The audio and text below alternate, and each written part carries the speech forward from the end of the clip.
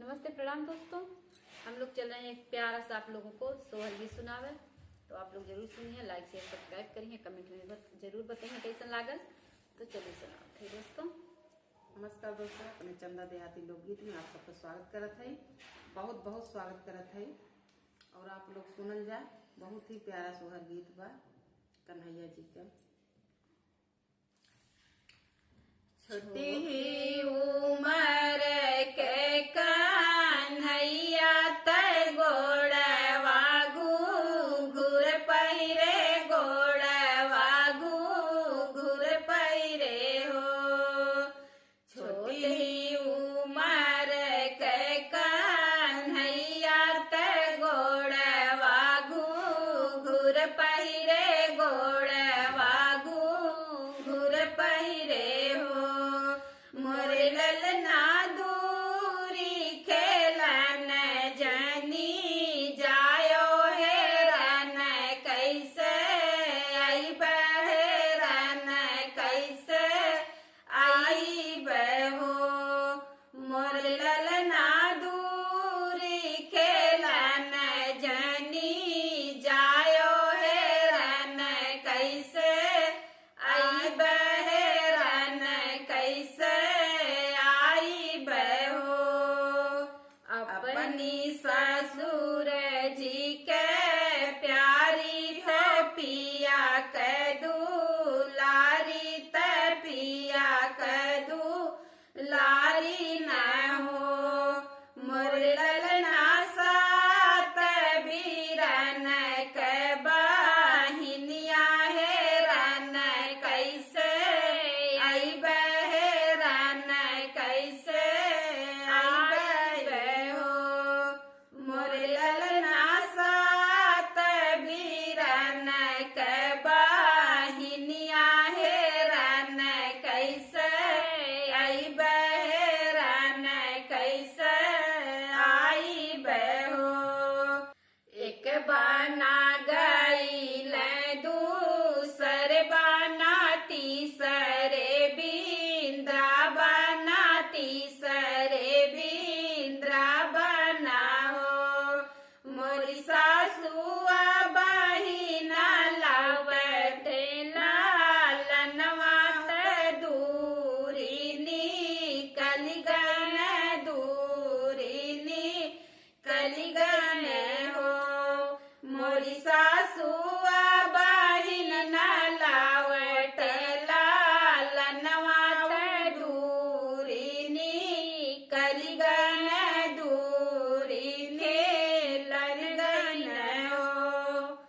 एक बाना गईल दूसर बाना तीसरे बिंदा बना, तीसरे बिंदा बनाओ।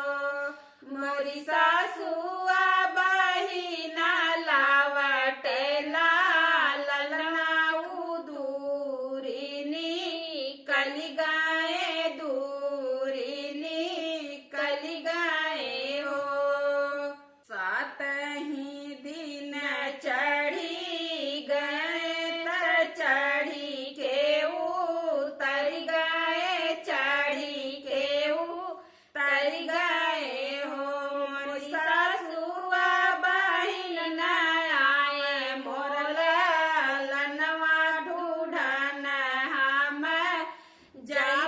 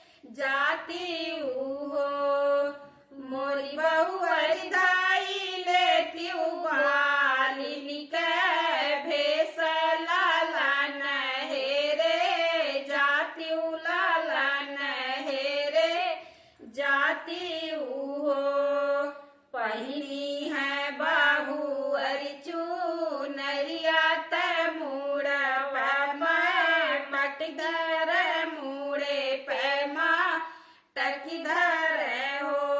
पहिनी है बाहु अरिचू नरिया तमुड़वा गरीधर मुड़े पैगा गरीधर हो।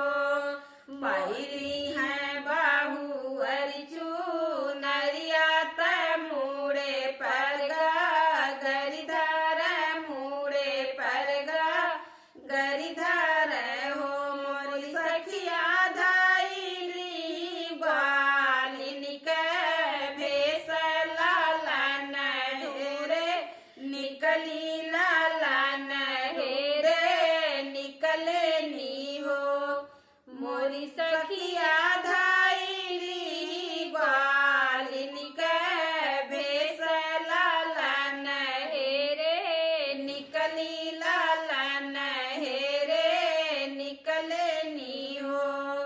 एक बाना गायनी दूसर बाना तीसरे वृंदावन तीसरे वृंदावन हो। मोर सखिया कान्हा खेलन जमुना तीरे उलटी नाही देखें उलटी नाही देखाई हो।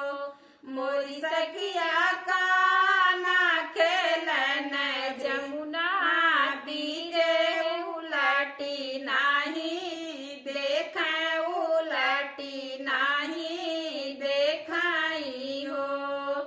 हमरे ही दादा के दुलारी की बाबा जी के प्यारी की बाबा जी के प्यारी हो। मोरी मैया सात बीरन के बाहिनिया रन कैसे आयु है रन कैसे आयु हो। मोरी मैया सात बीरन के बाहिनिया है रन कैसे आयु है रन कैसे आयु हो। तुहरे ही दादा के दुलारी त बाबा जी के